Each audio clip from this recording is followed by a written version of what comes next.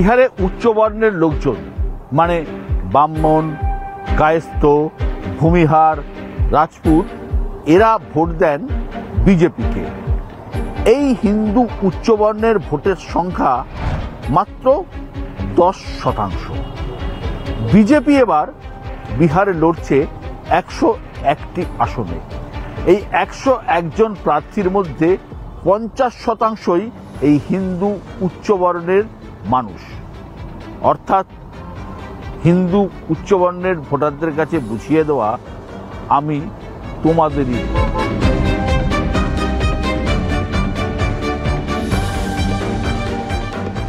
অত্যন্ত পিছিয়ে পড়া শ্রেণী বা এক্সট্রিম ব্যাকওয়ার্ড ক্লাস ইবিসি ভোটারদের একটা বড় অংশই নীতিশ কুমারকে ভোট দেন।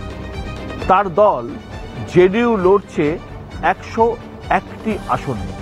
এই 101টির মধ্যে 25টি আসনে লড়ছেন এই ইবিসি ক্যান্ডিডেটরা। नरेंद्र मोदी जी सिर्फ नफरत बांटना जानते हैं। हिंदुस्तान की जनता को, भाइयों को एक दूसरे से लड़ाने का काम करते हैं। एक धर्म को दूसरे धर्म से लड़ाते हैं, एक जात को दूसरी जात से लड़ाते हैं।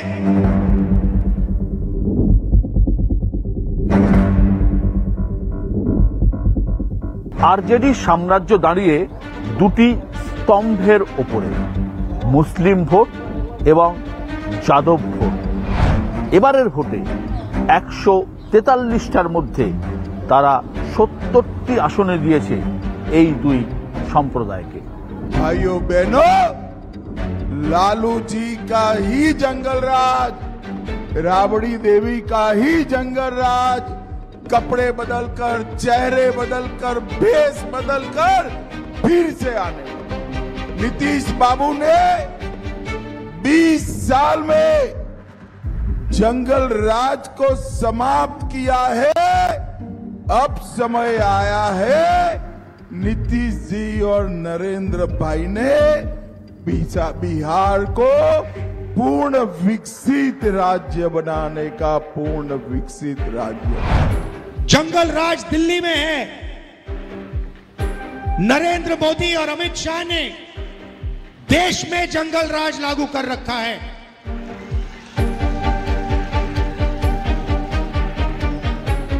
ED, CBI, income tax department का राज, धमकी का राज, नफरत का राज, किसानों से उनका हक छीनने वाला राज, मजदूरों को कुचलने वाला राज, नोटबंदी वाला राज, गलत जीएसटी वाला राज, बेरोजगारी वाला राज, ये है सच्चा जंगल राज। विरोध पक्ष का बोल रहे हैं जब सदस्य अगर पावर में आ जाएगा तो बिहार में फिर जंगल राज आ जाएगा। नहीं, जंगल राज तो 20 साल पहले जिसकी बात लोग करते हैं वो इस गुंडा राज से बेहतर था। 53,000 से ज्यादा हत्याएं हो चुकी नीतीश जी के राजपाट में, और अब इससे खराब कुछ हो नहीं सकता है। भगवान भरोसे बिहार के लोग हैं।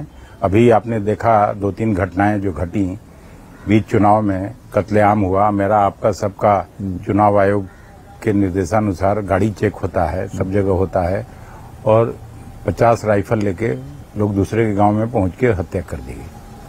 तो यहाँ गुंडा राज स्थापित है। सब लोग राम भरोसे, भगवान भरोसे। बीजेपी, भाजपा और जेडीयू बोल रहा है राहुल गांधी मछली पकड़ रहे हैं जो सीरियस चुनाव। राहुल गांधी जी गरीबों और वंचितों को मुख्य धारा में शामिल करना चाहते हैं, और कांग्रेस पार्टी की शुरू से ये पॉलिसी रही है। वो गरीब किसानों के साथ खड़े हैं, वो मजदूरों के साथ खड़े हैं, वो छात्र नौजवानों के साथ खड़े हैं, वो जो गरीब तबका है, मछुआरा समाज है, उनके साथ खड़े हैं। इस बात को, ये कोई नई बात नहीं है। कभी मोची के साथ आपको दिखेंगे, कहीं टायर पंचर बनाने वाले के साथ दिखेंगे। तो राहुल जी की राजनीति तो हमेशा से यही रही है, कांग्रेस पार्टी की राजनीति यही रही है।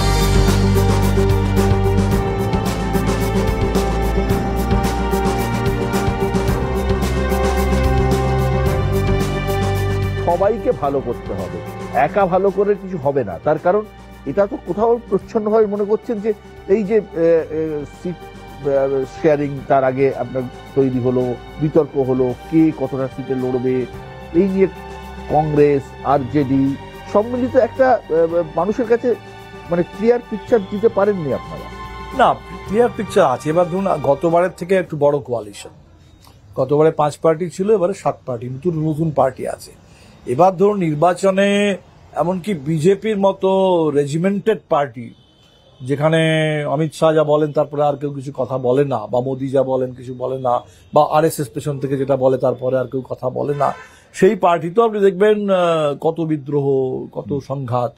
ফলে একটা 7 পার্টির জোট, সেখানে সেই জোটের আসন রফা করতে গিয়ে, আসন সমঝোতা করতে গিয়ে একটু সময় লাগবে, 2-1টা সিটে হয়তো কিছু থেকে যাবে, এটা খুব স্বাভাবিক। আমরা মোটের উপরে যেটা গেছে সেটা হচ্ছে যে পুরোপুরি ইউনাইটেড। 2-1টা সিটে কিছু ফ্রেন্ডলি ফাইট হয়তো আছে, সেটাও যেটা ঠিক হয়েছে যে নির্বাচন আস্তে আস্তে অনেকে হয়তো সরে গেছে, বসে গেছে, অনেকে ক্লিয়ার হয়ে গেছে। তো আমার মনে হয় নিচে তো আমি যেটা দেখছি, প্রত্যেকটা সভায় যেটা দেখছি, বালুশের মধ্যে যে ঐক্য সেটা কিন্তু সলিড, সেটা সলিড। ওপরে হয়তো আপনাকে মনে হবে যে একটু কোথাও কোথাও কখনো কমিউনিকেশন একটু গ্যাপ আছে, নিচে কোনো গ্যাপ নেই। বিহারের রাজনীতিতে সব থেকে কড়া ভাষায় যদি গেরুয়া রাজনীতির বিরোধিতা কেউ করে থাকে সেটা আপনারা, সেটা দীর্ঘদিন ধরে আপনারা করে আসছেন। কিন্তু বিহারে বিজেপি কিন্তু বাড়ছে, এবং আর এটা সবাই জানে গেরুয়া রাজনীতির সব থেকে বড় শত্রু কিন্তু আপনারাই। বিজেপি তো গোটা দেশ জুড়ে বাড়ছে, এবং তারা এখন ক্ষমতায় আছে, মাছের তেলে মাছ ভাজা, ক্ষমতা দিয়ে আরো ক্ষমতা অর্জন করা, এই তো ক্ষমতাকে কাজে লাগিয়ে আরো বেশি বেশি জায়গায় দখল করে নাও। তো বিজেপি তো সব পশ্চিমবাংলাতেও বাড়ছে, বিজেপি এমনকি দক্ষিণেও বাড়ছে, কারণ এই সময়ে বিজেপি ক্ষমতায়। আপনি চিন্তা করে দেখুন বিজেপি কেন বাড়বে না। RSS তার শতাব্দী চলছে। আমি সেদিনকে সর্দার প্যাটেলের যেদিন 150 দুটো প্রতিষ্ঠা হয়েছিল, 1925 আপনি লেফট ছেড়ে দিন, আমি বলছি যে সর্দার প্যাটেলের যেদিনকে 150তম জন্মবার্ষিকী ছিল, গোটা দেশ জুড়ে সবাই সর্দার প্যাটেলকে স্মরণ করছিল। তো সেদিন আমি দেখলাম যে সর্দার প্যাটেল ভারতবর্ষের প্রথম হোম মিনিস্টার, এবং গান্ধী হত্যার পরে যে কথাটা কেউ আজকাল মনে রাখে না, নিষিদ্ধ করছেন। এবং নিষিদ্ধ করার সময় উনি দুটো কথা বলেছিলেন। উনি এটা বলেননি যে গোডসে ব্যক্তিগতভাবে তখন RSS এর সদস্য ছিলেন কি ছিলেন না, এটা উনি বলেন যে RSS গোটা দেশ জুড়ে এমন একটা পরিবেশ তৈরি করেছে, ঘৃণা, হিংসা, এমন একটা পরিবেশ তৈরি করেছে, যে পরিবেশের বলি হলেন মহাত্মা গান্ধী। এবং উনি বলছেন যে একটা সদ্য স্বাধীন একটা দেশ, সেই দেশে RSS কে যদি ব্যান না করা হয়, ফ্রিডম উইল বি ইম্পেরিলড, স্বাধীনতা বিপন্ন। একটা স্বাধীন দেশে, সদ্য স্বাধীন দেশে 1948-এ উনি এই কথাগুলো বলছেন। তো সেখানে আমার মনে হয় 100 বছর পরে আজকে হাইজ্যাক করে নিয়েছে। আজকে দেখুন RSS এর শতাব্দী, RSS পালন করুক, কিছু ভালো কথা করুক, সরকার করছে ডাক টিকিট জারি, সরকার সেখানে নতুন করে কয়েন চালু করছে। যেখানে Sardar Patel first home minister RSS কে ব্যান করছেন, সেখানে আজকে হোম মিনিস্ট্রি সবকিছু ওদের হাতে। ফলে দেশে তো একটা বড় পরিবর্তন ঘটে গেছে। তো বিজেপি বাড়ছে, বাড়বে, জোর করে বাড়ার চেষ্টা করছে। কিন্তু আমার মনে হয় বিজেপিকে এতদিন লোকে চিনত না, বিজেপিকে লোকে চিনতেও শুরু করেছে। এই চেনাটা খুব দরকার। অনেক সময় ওই বই পড়ে চেনা যায় না, ইতিহাস পড়ে চেনা যায় না, RSS তখন কি ছিল চেনা যায় না। এখন যখন লোকে হারে হারে টের পাচ্ছে, যেমন ধর বিহারে বিজেপি কি, লোকে হারে হারে টের পাচ্ছে যে বিজেপি মানে হচ্ছে ক্ষমতা দখলের জন্য এমন একটা মরিয়া প্রচেষ্টা যে গোটা দেশে কোনো ক্ষমতা ছাড়বে না। মহারাষ্ট্র করেছে, গোটা দেশে পুরো ক্ষমতা আমার চাই, আর পুরো দেশের সমস্ত রাজনীতির জায়গায় অসুবিধা কি আছে? অসুবিধা কিছু নেই, কিন্তু আমি বলছি পুরো ক্ষমতা চাই, একদম নিশ্ছিদ্র ক্ষমতা চাই। আর ক্ষমতা এই কারণে চাই যাতে দেশের পুরো সমস্ত কিছু আমি আদানির হাতে তুলে দিতে পারি।